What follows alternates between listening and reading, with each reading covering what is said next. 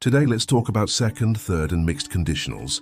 Have you ever said something like, if I had more time I would learn another language, or if I had studied more I would have passed the exam? They both talk about unreal situations, but there is a very important difference.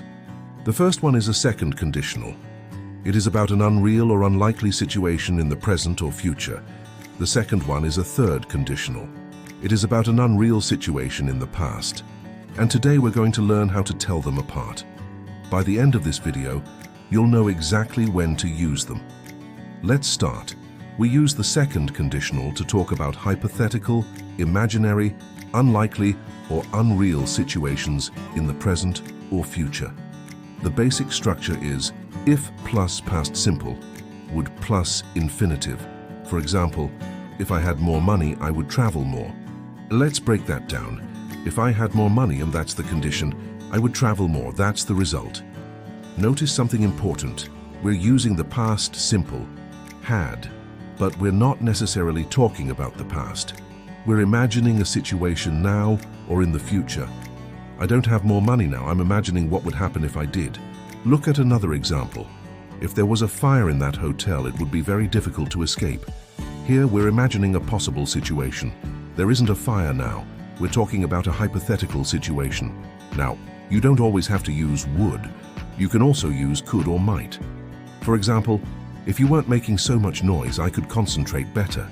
Here could means that concentrating better would be possible. Or if I had more free time, I might take another course.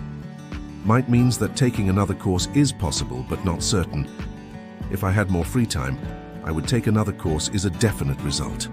With the verb be, we often use were for all subjects. For example, if I were you, I'd talk to my manager.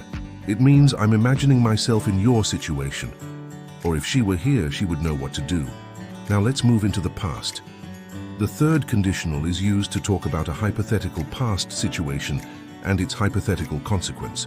The structure is if plus past perfect would have plus past participle. For example, if you had studied more, you would have done better. But here's the important point. You didn't study more, and as a consequence, you didn't do better. We're imagining a different past. This is why the third conditional is often connected with regret or criticism. For example, if I had left earlier, I wouldn't have been late. Or if he had been wearing a helmet, he wouldn't have been injured. The reality?